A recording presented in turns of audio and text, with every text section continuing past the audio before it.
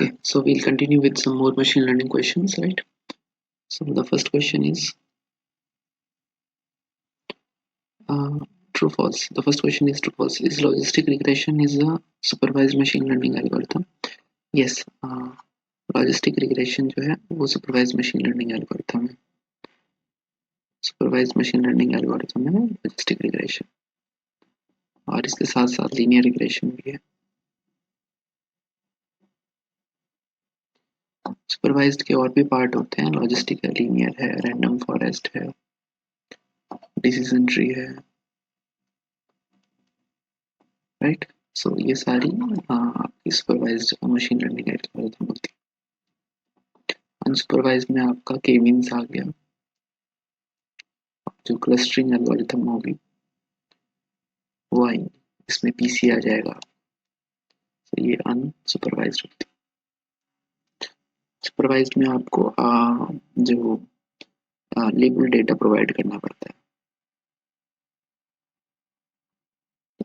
Unsupervised में unlabelled data होता है, राइट.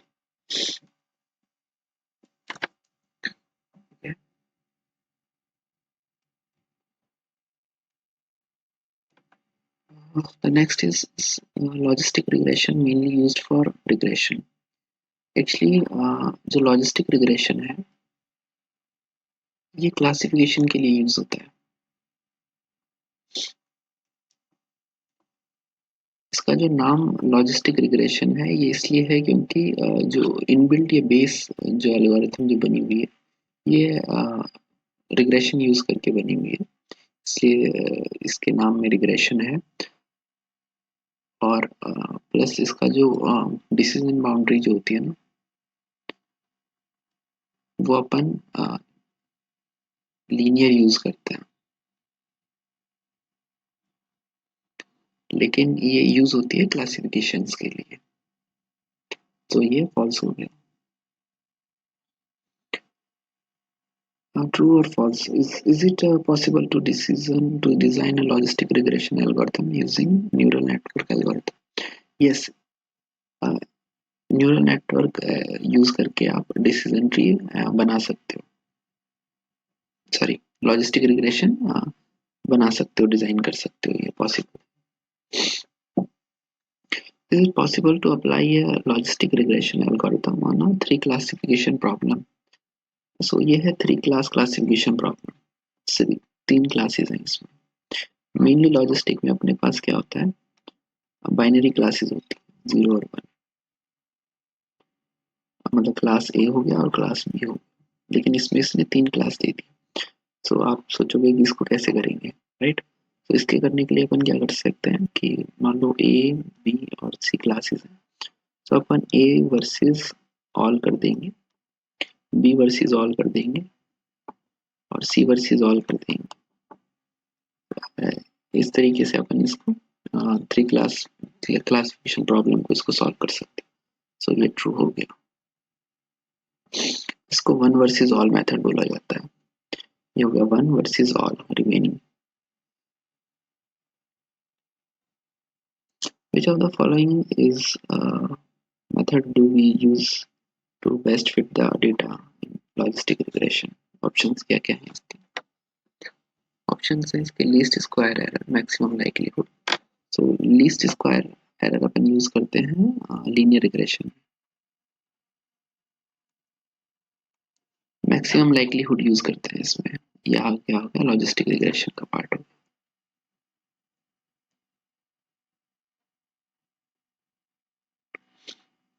राइट. सो ये हो गया आपका logistic regression.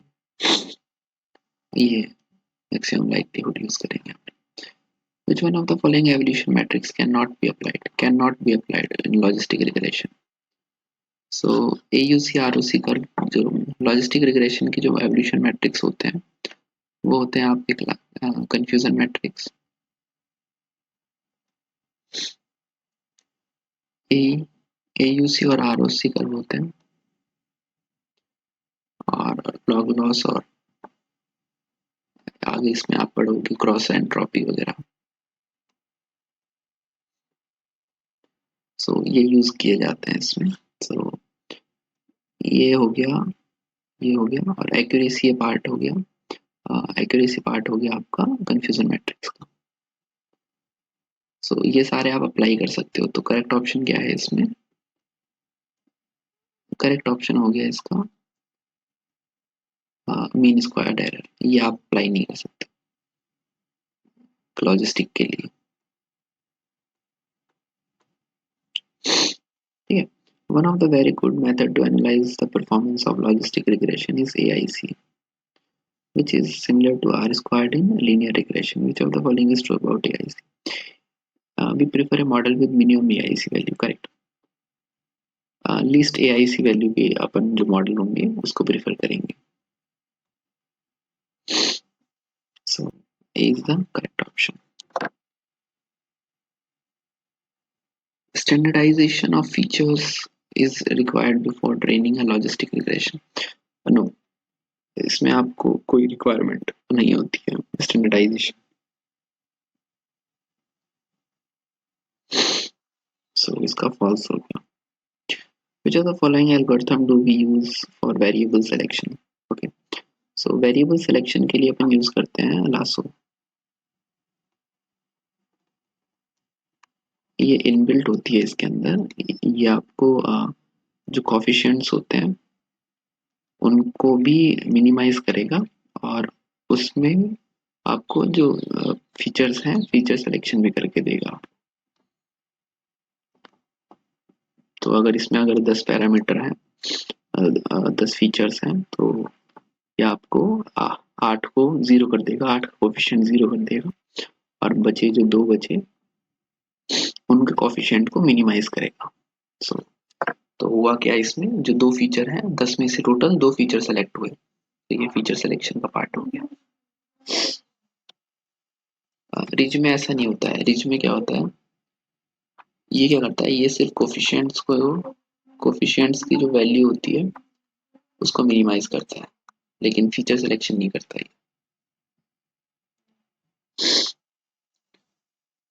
Consider the following model of logistic regression. ये लॉजिस्टिक रिग्रेशन का मॉडल है, where G is the logistic function। ये जो है ये लॉजिस्टिक फंक्शन है। In the above equation of the P, it as a function of x that we can get by changing the parameter w। Okay, what would be the range of P in such cases? P ये जो है ये probability है। Logistic regression में आप probability define करते हैं, ये प्रोबेबिलिटी है। तो प्रोबेबिलिटी की रेंज कितनी होती है? 0 से 1 के बीच में रेंज होती है इसकी। सो 0 से 1 की इसकी रेंज होगी। In the above question, what do you think which function would make between 0 and 1? ये जो होता है ये लॉजिस्टिक फंक्शन यूज होता है इसमें।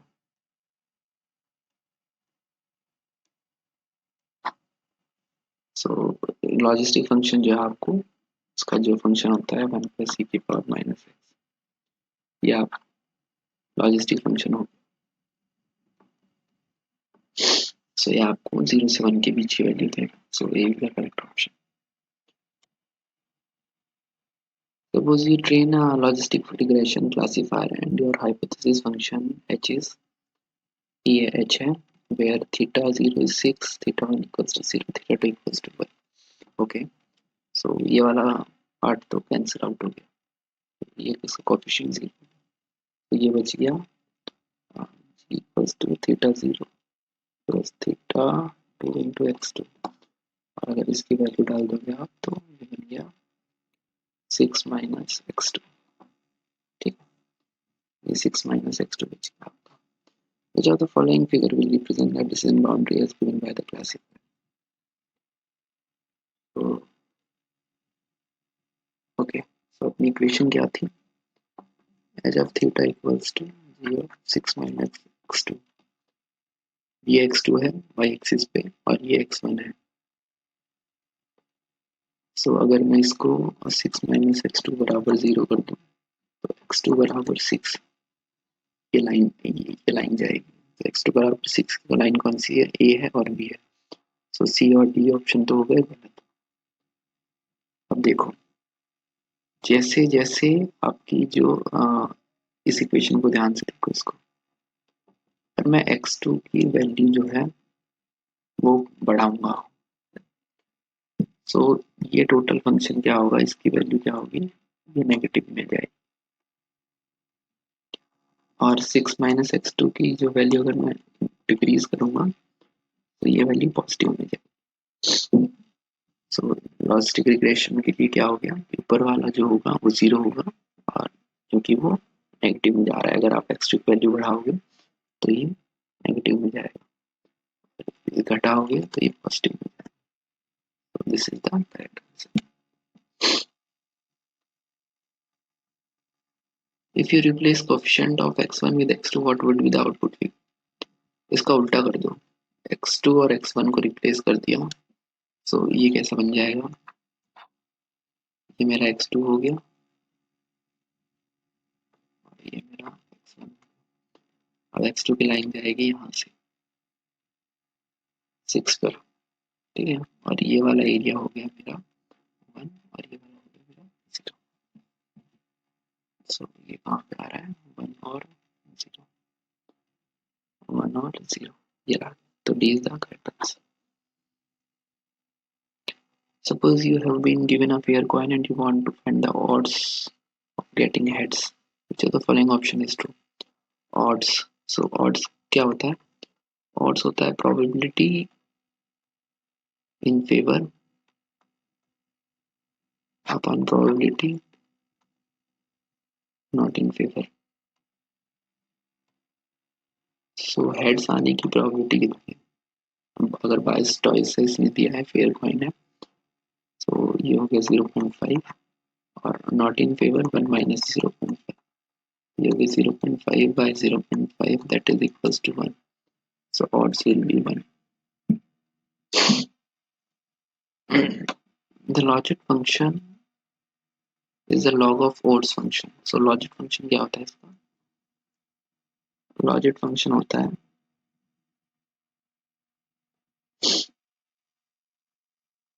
मान, ये होता है log of alpha upon 1 minus alpha, ये होता है इसका logit function. What could be the range of logit function in the domain value 0 से 1? अगर इसके आप इसमें वैल्यू अगर 0 रखोगे तो ये हो जाएगा log 0 upon log 0, 0 की वैल्यू कितनी होती है, माइनस इन्फिनिटी, और अगर इसके में 1 रखोगे तो ये 1 अपॉन 1 माइनस 0, तो बाय इनफाइनाइट, 1 बाय इन्फिनिटी की वैल्यू कितनी होती है, लॉग इन्फिनिटी की वैल्यू कितनी होती है, इन्फिनिटी। तो इसकी रेंज हो जाएगी नेगेटिव इन्फिनिटी से infinity.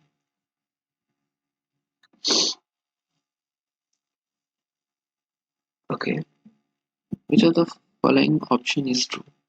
Linear regression error values has to be normally distributed, but in case of logistic regression it is not in the case. Yes, इसमें नॉर्मली डिस्ट्रीब्यूटेड होती है आपकी लीनियर रिग्रेशन। इसका अगर ग्राफ बनता है तो ये कुछ इस टाइप से बनता है, सो ये नॉर्मली डिस्ट्रीब्यूटेड होती है, लेकिन ऐसा केस लॉजिस्टिक रिग्रेशन में नहीं होता, सो इसका A is the correct answer. Yeah, the following is true regarding the logistic function of any value x. तो ये इसका जो रिलेशन पूछा है इसने लॉजिस्टिक फंक्शन के बीच में, तो इसका जो रिलेशन होता है वो होता है logistic of X equals to inverse of logit का इनवर्स ऑफ एक्स। सो ये इसका ये रिलेशन होता है इन दोनों के बीच में। So this is the correct answer. How will the bias change on using high regularization? तो इसने बोल दिया कि रेगुलराइजेशन हाई कर दिया, हाई रेगुलराइजेशन, इसका मतलब है दिस इम्प्लाइज टू जो मॉडल की कॉम्प्लेक्स होगा वो बहुत कम होगा, तो कॉम्प्लेक्सिटी मॉडल जो है आपने गिरा दी है, कॉम्प्लेक्सिटी आपने गिरा दी। तो कॉम्प्लेक्सिटी जब आप मॉडल की गिरा दोगे तो वो टेस्टिंग एरर्स पे ट्रेनिंग एरर्स पे एरर्स उसके बढ़ जाएंगे। अगर ट्रेनिंग एरर्स के बढ़ जाएंगे तो आपका जो बायस होगा वो भी बढ़ जाएगा। सो बायस will be high.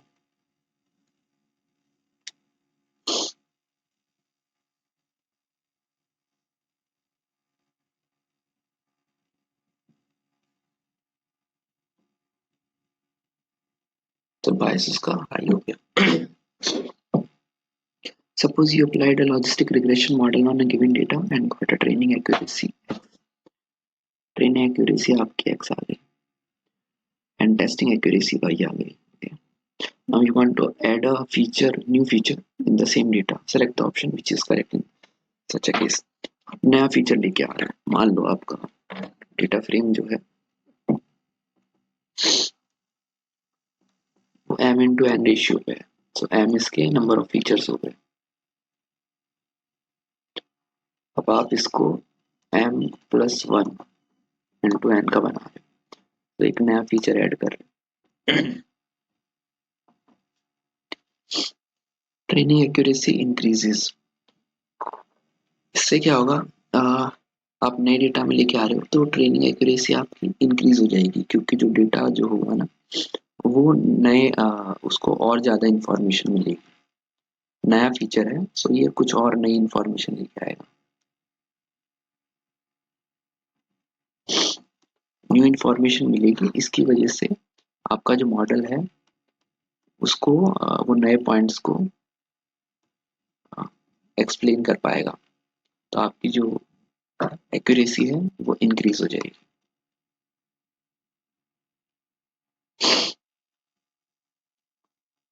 Testing accuracy decreases, testing accuracy remains, increases or remains the constant. अब आपको अगर वो मॉडल सिग्निफिकेंट हुआ तो आपको टेस्टिंग एक्यूरेसी पे इंक्रीज होगी, अदरवाइज वो सेम रहेगी. Correct. So A and D is the correct option. Which of the following option is true regarding one versus all method in logistic regression? We need to fit n models in n class classification. One versus all क्या करता है कि अगर आपके पास 3 classes हैं A B C, तो ये A versus all करेगा, बी वर्सेस ऑल करेगा और सी वर्सेस ऑल करेगा. राइट. सो ये कितना हो गया, अगर एन क्लासेस होंगी, तीन तीन क्लासेस के लिए 3 मॉडल बनेंगे, वैसे ही एन क्लासेस के लिए आपको एन मॉडल बनाने पड़ेंगे. So we need to fit n models in n classification problem. Below are the two different logistic model with different values, beta 0 and beta 1.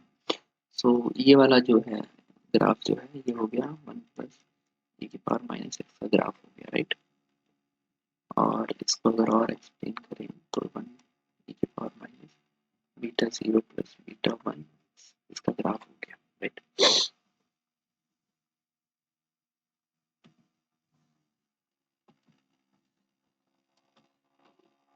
Which of the following statements is true about beta 0 and beta 1 value of logistic model? Green and black. So beta 0 is intercept and beta 1 is coefficient. Beta 1 for green is greater than black. Beta 1 for, देखो इसमें क्या होगा, ये रहा, इसमें equation यही लिख देता हूँ वापस से. ये जो इक्वेशन है उसकी बीटा 0 जो है आपका इंटरसेप्ट है और बीटा 1 जो है वो कोफिशिएंट है. ये इक्वेशन है.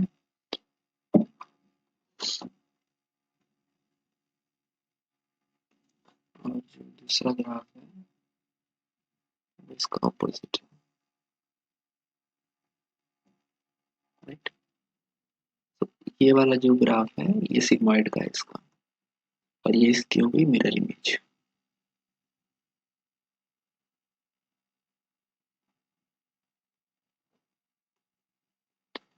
राइट. सो अगर बीटा 0 0 है तो बीटा 1 1 होगा इसके लिए. और तो ये वाला जो होगा ये ब्लैक कलर वाला है,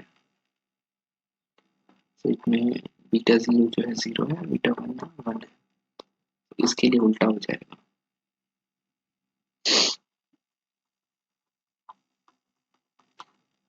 कि ये मिरर इमेज बना रहा है इसकी। तो इसमें बीटा 1 की रेस्पेक्ट में पूछा है, सो जो ब्लैक का जो है वो वैल्यू ज़्यादा होगी। B1 for green is lower than black.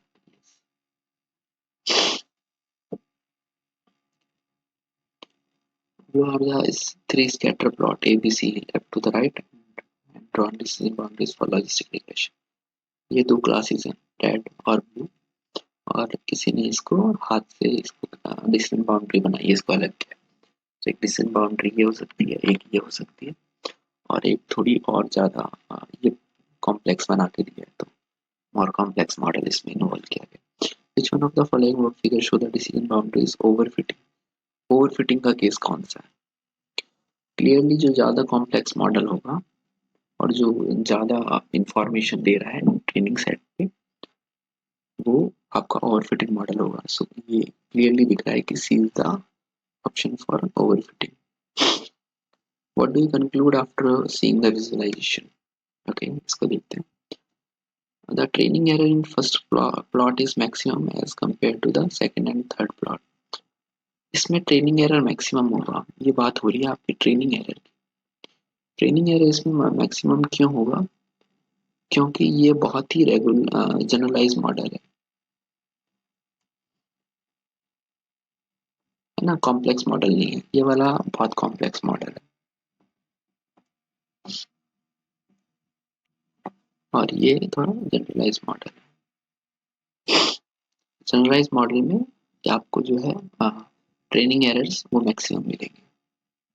So first correct. The best model for the regression problem is the last third plot because it has minimum training error. Okay, ये बोल रहा है कि ये जो मॉडल है वो बेस्ट है, इसको बेस्ट बता रहा है। ये गलत है। क्यों गलत है? क्योंकि ये ओवरफिटिंग का केस है। हालांकि इसमें जो आपको ट्रेनिंग एरर है वो बहुत कम मिलेगा, लेकिन ट्रेनिंग एरर बहुत कम मिलेगा, लेकिन इसमें टेस्टिंग एरर आपको बहुत ज़्यादा मिलेगा। टेस्टिंग एरर इसमें हाई होगा, तो वो अपने को नहीं चाहिए सिस्टम के अंदर, मॉडल के अंदर। सो ये सेकंड वाला गलत है। The second model is more robust than the first and third because it will perform best on unseen data. Correct, ये सही है। जो सेकंड वाला मॉडल है ये, इसमें लो बायस होगा और इसमें लो वेरिएंस होगा, और अपने को वही मॉडल चाहिए होता है जिसमें लो बायस और लो वेरिएंस हो। लो बायस इन द सेंस कि टेस्टिंग एरर्स, ट्रेनिंग एरर भी कम हो,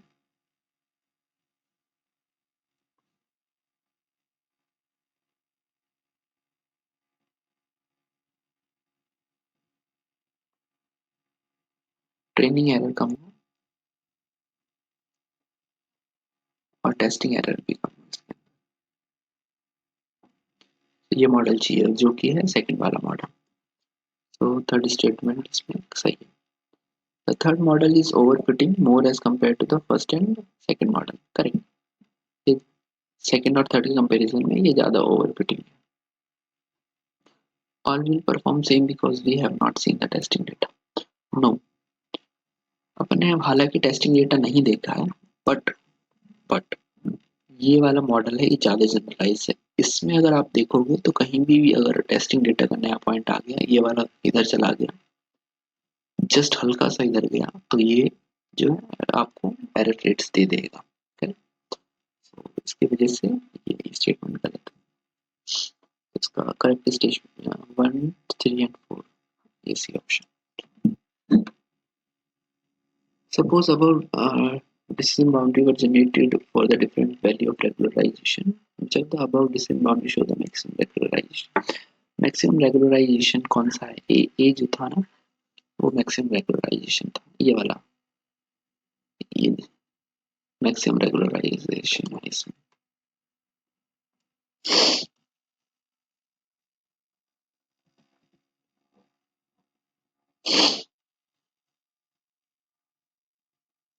Okay, the blue figure shows AUC ROC curve for the logistic regression model. Different color shows curve for different hyperparameter value. Which of the following AUC ROC curve will give the best result?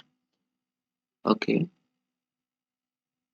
so इसने इन तीनों के बारे में पूछा है, yellow, blue और इसके बारे में। सो बेस्ट रिजल्ट कौन सा देगा? ये होता है area under the curve, AUC is area under the curve,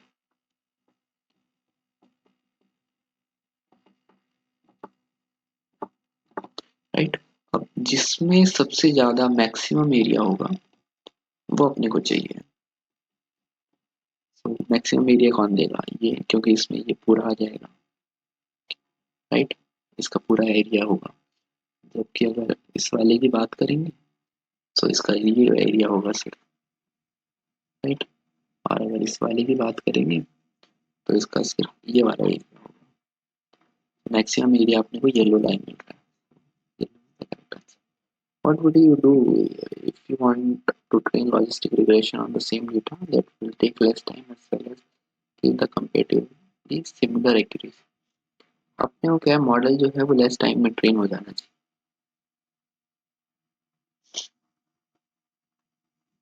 तो इसके लिए अपन क्या कर सकते हैं? ऑप्शन क्या क्या है?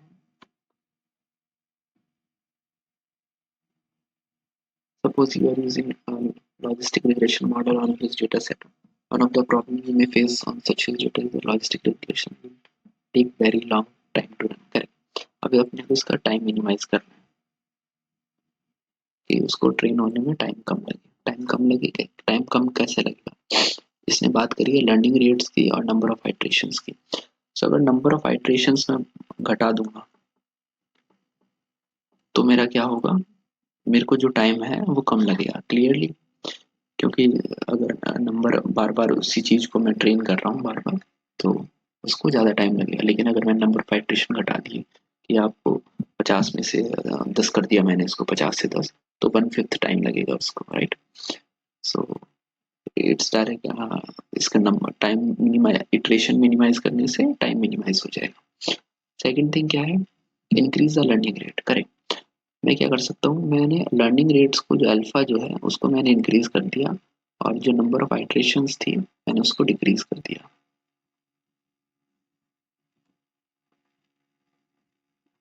आइट्रेशंस को मैंने डिक्रीज कर दिया। सो इसमें क्या है? Increase the learning rate and decrease the number of iteration, it is the correct option. Which of the following image is shown the cost function of y equals to 1? Following the loss function in logistic regression, y axis is loss function, ये है loss function है, ये log probability. Okay, सो इसने क्या पूछा है? Which of the following image shows the cost function for y equals to 1? सो इसमें क्या रिलेशन होता है कि जैसे जैसे लॉस फंक्शन डिक्रीज करेगा लॉग प्रोबेबिलिटी इंक्रीज करेगी। ये हो रहा है। सो ये किसमें हो रहा है? ये ए वाले में हो रहा है कि जो आपका लॉग फंक्शन है, लॉस फंक्शन जो है आपका, ये लॉस फंक्शन है वो डिक्रीज कर रहा है और तो लॉग ऑफ प्रोबेबिलिटी इंक्रीज कर रही है। तो ये correct option. Suppose following figure is a cost function for logistic regression. Okay, how many local minimas are present in the graph? इसके अंदर अपने को लोकल मिनिमास फाइंड कर, इसमें लोकल मिनिमास कौन से होते हैं? अगर आप देखोगे तो लोकल मिनिमास एक ये है, दूसरा लोकल मिनिमा ये है, तीसरा लोकल मिनिमा ये है। अब आप बोलोगे ये वाला है ग्लोबल मिनिमा, ये है आपका ग्लोबल मिनिमा, ये वाला जो है ये आपका हो गया, ये है आपका ग्लोबल मिनिमा कि सबसे नीचे इन सब में पूरे ग्लोब में सारे पॉइंट्स में सबसे नीचे मिनिमा यहाँ पे मिल रहा है। ये सारे लोकल मिनिमा हो गए। इस रीजन का लोकल मिनिमा ये हो गया, इस रीजन का ये हो गया और इस रीजन का ये वाला हो गया। सो उसने लोकल मिनिमा पूछा है तो लोकल मिनिमा अपने पास कितने हैं? 3 लोकल मिनिमा।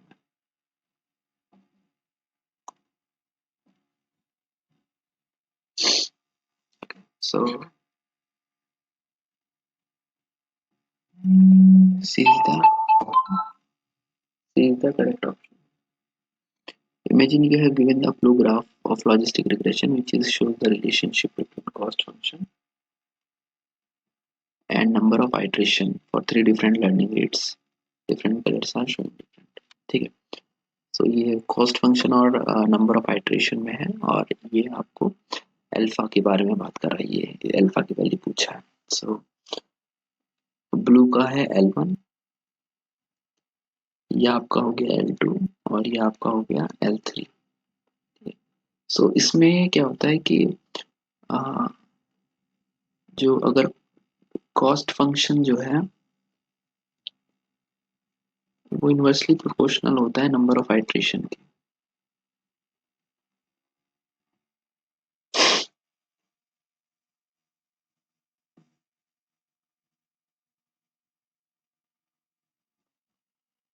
एक सेकंड, हाँ। सो ये जो है, ये गलत लिखा मैंने। ये जो होता है, जो लर्निंग रेट है,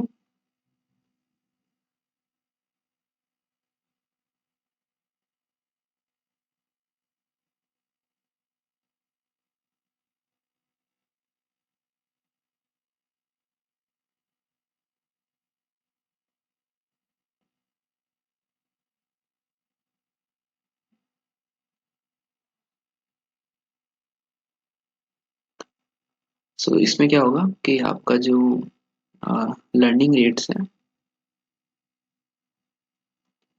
लर्निंग रेट्स और अल्फा, ये है, ये अगर आपका कम होगा, सो आपका जो कॉस्ट फंक्शन है वो स्लोली डिक्रीज करेगा, और हाई लर्निंग रेट्स होगा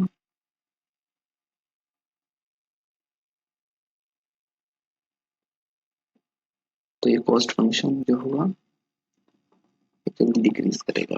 सो इसमें सबसे ज़्यादा जल्दी कौन सा डिक्रीज कर रहा है, L1 डिक्रीज कर रहा है, फिर L2 कर रहा है, फिर L3 कर रहा है।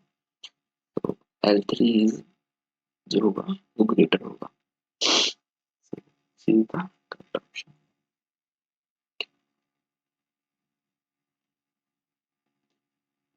Can a logistic regression do a perfect classification on the blue data? सो ये है, ये नेगेटिव है, ये पॉजिटिव है, ये पॉजिटिव है, और ये नेगेटिव है। क्या आप कोई भी एक लीनियर बाउंड्री बना सकते हो इसके ऊपर? अगर आप लीनियर बाउंड्री बना सकते हो, तो लीनियर डिसीजन बाउंड्री अगर आप बना सकते हो इसके ऊपर अंदर, तो ये परफेक्ट क्लासिफिकेशन हो जाएगा लॉजिस्टिक रिग्रेशन में, अदरवाइज नहीं होगा। अब इसमें आप लीनियर नहीं बना पाओगे, इसमें अगर आप ऐसा करोगे तो ये हो जाएगा, और ऐसा करोगे तो भी नहीं बनेगा। करेक्ट। तो इसमें जो बेस्ट आप कर सकते हो वो ये कर सकते हो कि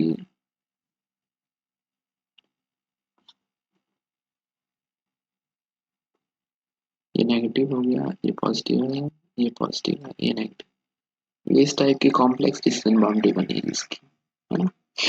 सो this is not allowed in logistic regression, तो अपन नहीं बना सकते इसको। Answer is false. Thank you.